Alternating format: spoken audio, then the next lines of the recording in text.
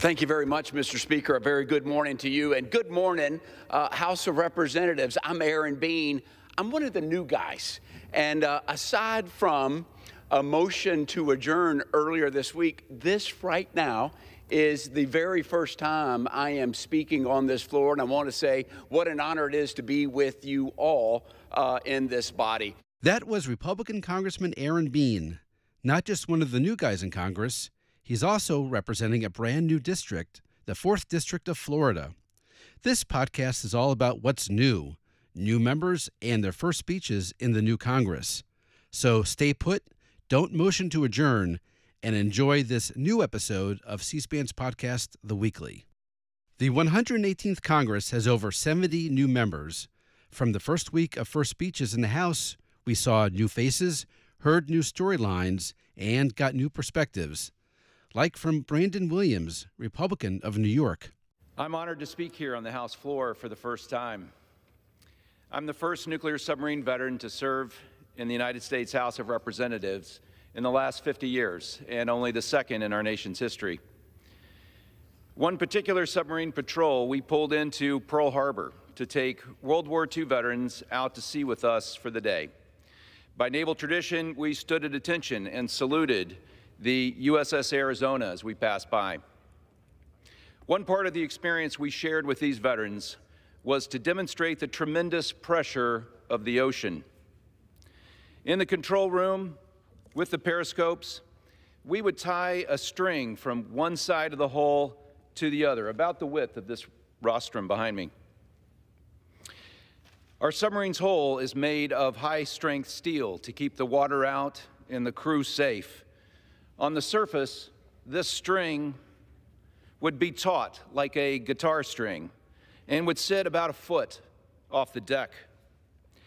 But as we submerged our boat, the pressure of the sea would compress the hull, and that string would begin to droop.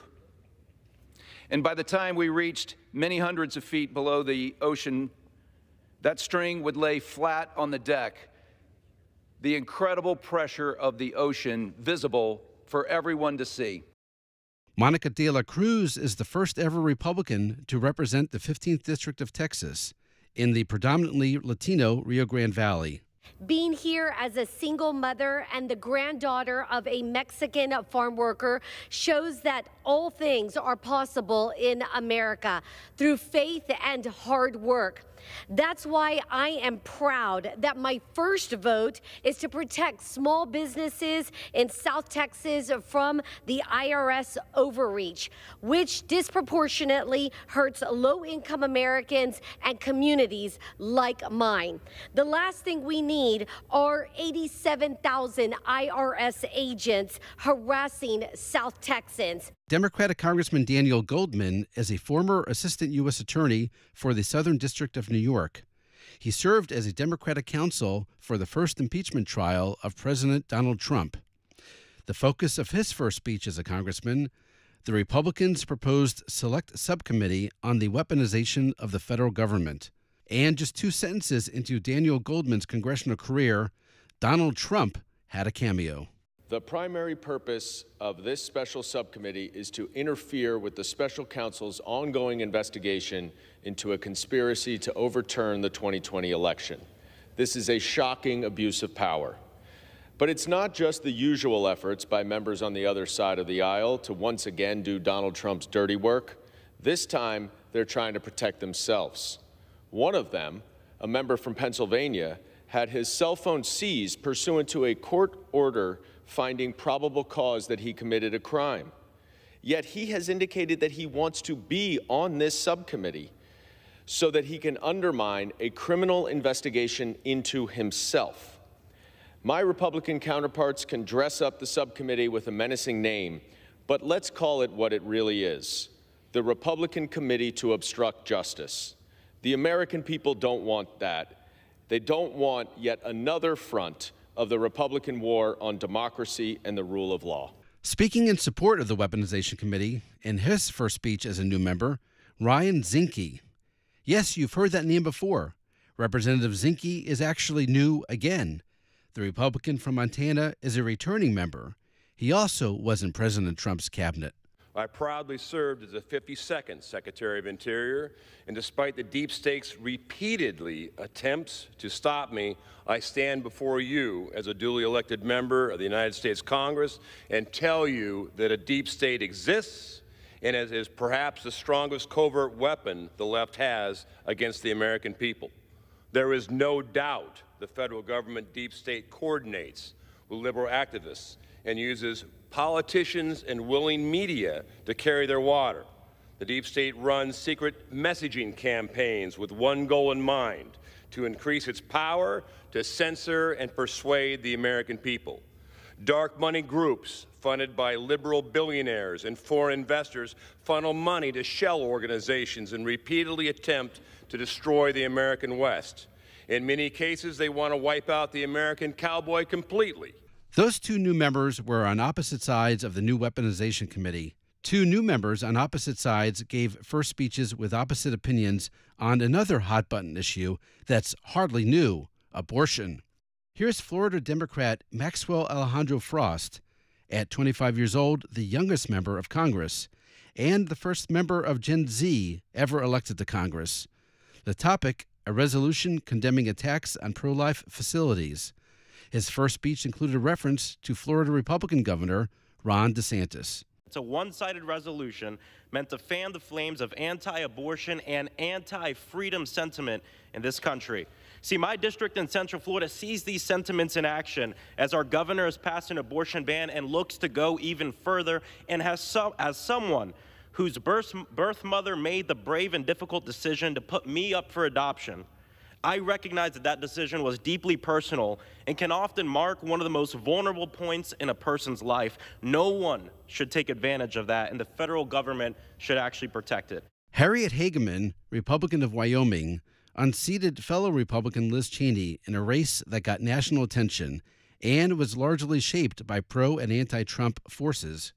Congresswoman Hageman's first speech was in support of the abortion resolution. I rise today to condemn intimidation tactics of pro-abortion activists.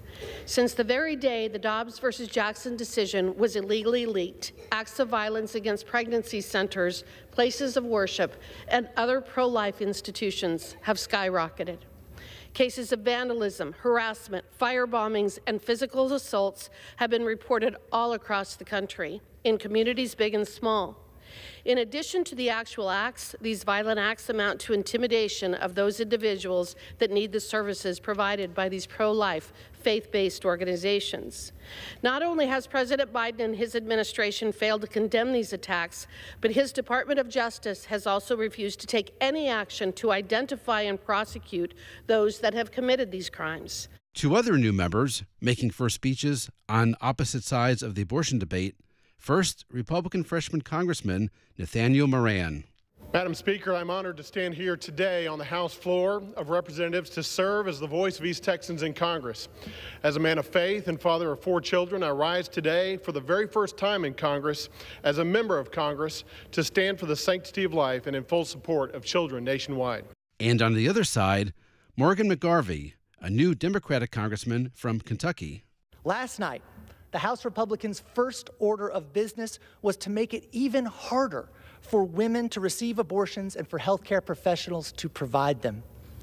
These decisions are best left between a woman and her doctor. But House Republicans have sent a clear message that more legislative attacks against women's rights are on the horizon. I proudly voted against yesterday's attack on women and their doctors, and I will continue fighting for reproductive rights. And one more new Democratic member on this issue, Colorado Congresswoman Brittany Pedersen. But I came to Congress to make a meaningful difference in people's lives and fight against extremism just like this.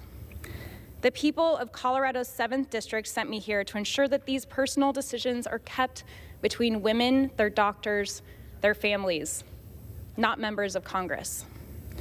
Just like I did in the state Senate, I will not stop fighting until all Americans have control over their own bodies. Meantime, new Republican California Congressman Kevin Kiley showed his literary chops. While talking about his state's weather, he cited a famous award-winning American writer. Mr. Speaker, California now finds itself in both a flood emergency and a drought emergency at the same time. That absurdity underscores a fundamental failure of governance.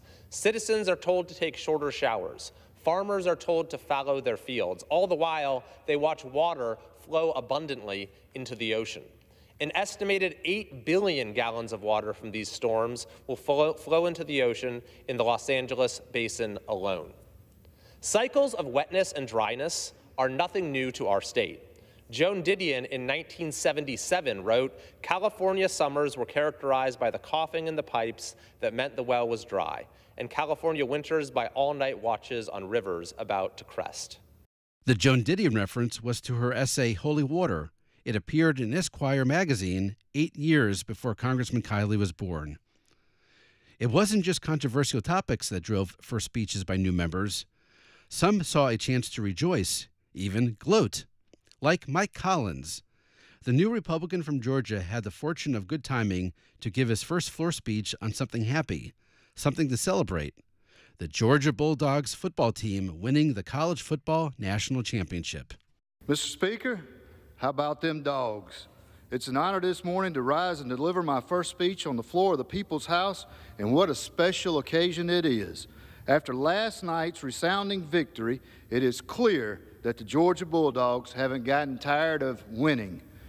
I want to congratulate the University of Georgia, especially the players who left it all on the field during practice and the games and earned another championship last night.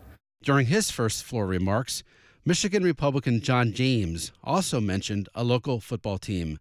The context, nominating Kevin McCarthy for Speaker on the 7th ballot. Kevin McCarthy won the gavel back as minority leader in half the time uphill. We want to talk about people who can win. Well, I'm a Lions fan, and yeah, that's right. Look, I'm well acquainted with snatching defeat from the jaws of victory. Y'all, we need to learn how to win. We need to learn how to take a victory. So, why care about first speeches by a new member of Congress? Well, one reason: you never know who you spot today might one day end up being House Speaker or party leader. California Republican Kevin McCarthy is now Speaker. If you were watching C-SPAN on January 10th, 2007, you saw his first speech. A quick reminder of his topic: a Republican plan to increase the minimum wage and provide offset tax relief for small businesses. And it included a mention of the person he would replace as Speaker 16 years later, Nancy Pelosi. I listened to the debate today, and I listened to the other side as a freshman. If you look at the Republican bill, it is a compromise. It is a common solution. The minimum wage will be increased, but what else will happen? There'll be greater health care for the workers. There'll be tax relief where you can expense off when you're buying business equipment. What happens? The workers of America are more competitive in a global economy for the 21st century. And I asked my colleagues on the other side, last week on this floor, I listened closely to what our speaker said. Speaker Pelosi said, "Let's work in a spirit of partnership, not partisanship." Well, I will tell you the Republican bill is just that. It is a partnership that lets the power of the idea win at the end of the day. On the other side, Hakeem Jeffries is now Democratic leader. If you were watching C-SPAN almost exactly 10 years ago, January 15th, 2013, you saw his first speech as a freshman from New York. And you might have noticed that President Franklin Roosevelt made a cameo. The victims of Superstorm Sandy have been forced to languish in agony and languish in uncertainty. Our response has been characterized by delay, obstruction, postponement, obfuscation.